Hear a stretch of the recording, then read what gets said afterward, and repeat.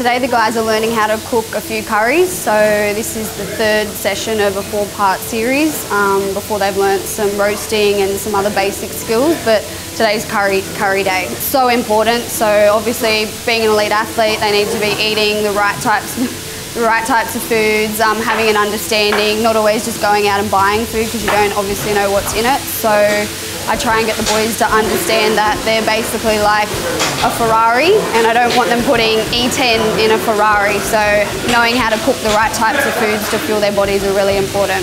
So the idea behind it was to really just try and give the guys a little bit of an education, a bit of an understanding about what they can cook that's quick and easy, healthy for them, but will also sort of, just give them a little bit of a head start in the kitchen. Some of these guys haven't got sort of a lot of skills when it comes to just sort of being in the kitchen, so the idea was to give them a bit of confidence more than anything else, but to really sort of just give them some stepping stones so that they can sort of start to sort of build on that and want to actually sort of develop it into something later on. Well, it depends, I guess, on what meal, but anything that's obviously fresh, so fruits, vegetables, anything that's whole grain.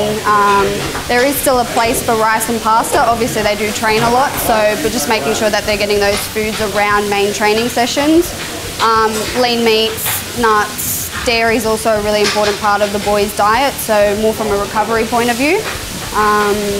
Yeah, fresh is best, I guess. Predominantly what I've seen is guys want to eat and they want to eat something that's good and healthy and tasty, and that being their key thing is that they don't just want to eat boiled rice and boiled chicken. They want something that's got a bit of flavour to it. So as a chef, my part of that is to actually sort of come up with something that sort of meets all of that criteria, but it looks appetising for them as well, but I know that it's actually doing them good as well. This group has actually been really, really good. So Aiden Corr's quite good, and so is Lockie Plowman. A few of the other boys are a little bit of a way to go. Probably in later years, or even sort of 5 years down the track, they're going to say, I wish I would have sort of learned a little bit more about that earlier. And I think if they can understand how it can actually help them improve their sort of performance and stuff like that, just through eating good sort of sources of food, I think it really makes a difference to them in terms of how they feel, but also how they perform on the park as well.